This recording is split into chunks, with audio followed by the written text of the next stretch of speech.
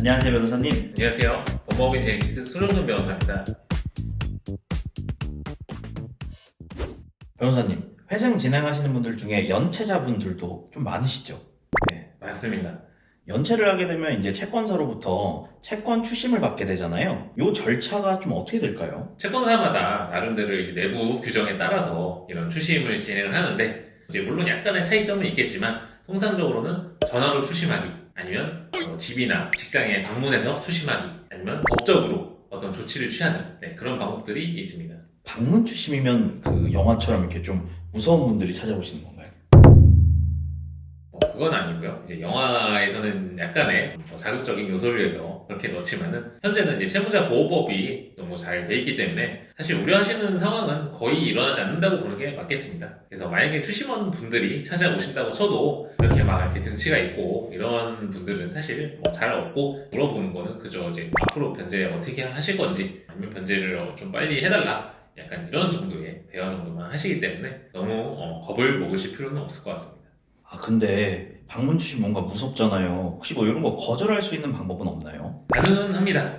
하지만 무작정 나 방문 필수이니까 오지 마세요 라고 거절을 할 수도 없고, 약간의 사유가 있어야 되는데, 좀 정당하게 방문 추심을 거절할 수 있는 이유 중에 하나로는 집에 아이가 혼자 있어서 무서워한다, 이런 이유가 있겠습니다.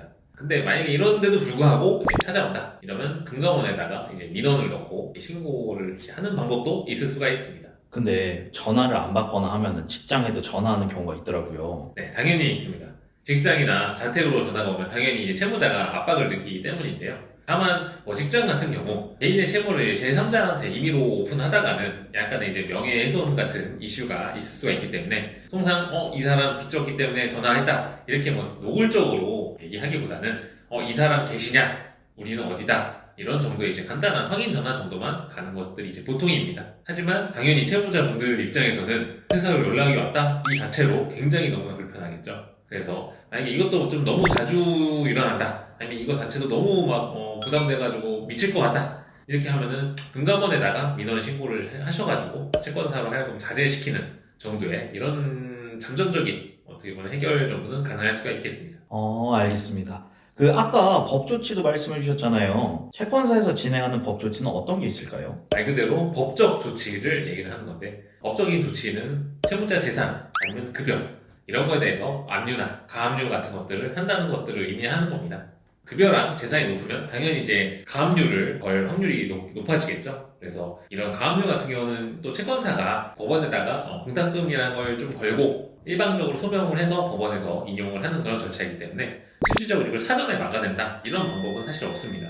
변호사님, 그러면 가압류 걸리면 채권자가 맘대로 막 재산이든 뭐든 다 처분할 수 있는 건가요? 그렇진 않고, 가압류는 또 압류랑 또 달라서 말 그대로 채무자가 해당 재산을 처분하지 못하게 잠깐 동결을 해놓는 그런 절차입니다. 그래서 통장에 만약에 가압류가 걸렸다 쳐도 가압류가 된 금액 이상으로 입금을 만약에 해주신다 치면은 그 가압류 금액을 뺀 나머지 금액은 출금이 가능합니다.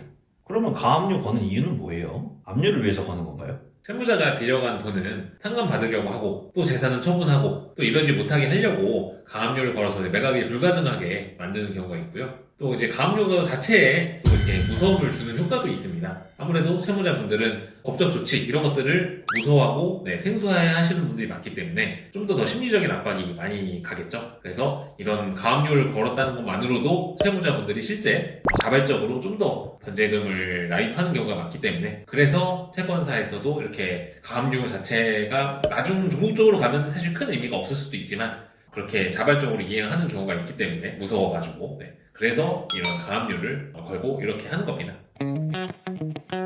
변호사님, 그러면 압류가 좀 걸리기 전에 뭐라도 하기는 해야겠네요. 가압류랑 압류랑 다르다고 하셨는데 압류는 시간이 얼마나 걸릴까요? 기본적으로 가압류랑 압류의 차이는 법원 판결 같은 그런 집행권한이 있냐 없냐, 이제 이런 차이로 보시면 될 것 같은데요. 가압류는 아직 법원 판결까지는 없는 상태입니다. 하지만 압류 같은 경우는 이미 법원 판결이 있는 상태인 거예요. 그래서 법원 판결은 채무자가 보통은 당연히 알 수밖에 없겠죠. 이 판결이 있다 없다를. 근데 사람들이 차이를 모르는 것들 중에 하나가 지급 명령이라고 있습니다. 근데 이 지급 명령도 똑같이 판결문과 같은 효과가 있어요. 그래서 채권사에서 보통은 지급 명령을 보통 신청을 합니다. 지급 명령을 신청을 해서 송달받았다 이러면은 그냥 또 채권사에서 뭐가 날라왔네 이렇게 생각하시는 분들이 많은데 채권자가 지급 명령을 신청해서 지급 명령이 확정된 경우 압류까지 시간이 1, 2개월이면 되겠지만 채무자가 지급 명령에 대해서 이제 이의 신청을 하거나 채권자가 소재기를 하면 이제 6개월 이상 걸리기도 하거든요. 그래서 지급 명령을 받게 되면 반드시 송달 받게 된 날로부터 14일 이내에 이의 신청을 해서 최대한 좀 시간을 끄시는 것들이 좀 더 좋겠습니다. 알겠습니다. 변호사님, 마지막으로 정리 한번 부탁드리겠습니다. 채권사 추심, 이제 방문하는 추심, 전화해서 추심하는 것, 아니면 법으로 통해서 이제 추심하는 것 이렇게 나눠지고 있는데 법 조치 중에서는 지급 명령, 가압류, 압류 이런 이제 용어들이 등장하니까 알고 계시면 좋을 것 같고 채권사에서도 사실 이제 근데 법적인 조치는 마지막으로 이제 꺼내는 카드라고 생각하시면 될 것 같습니다. 기본적으로는 전화나 방문을 통해서 최대한 심리적 압박을 준다. 이렇게 알고 계시면 좋을 것 같습니다. 그래서 상황이 나 지금 채권사한테 많이 추심을 당해서 어렵다. 많이 심리적인 압박이 있다. 라고 하시면 너무 고민하지 마시고 꼭 본인한테 걸맞는 채무 조정을 통해서 상황이 더 어려워지기 전에 어느 정도 해결을 하시는 게 가장 좋겠습니다. 네, 감사합니다. 변호사님. 고생하셨습니다. 네, 감사합니다.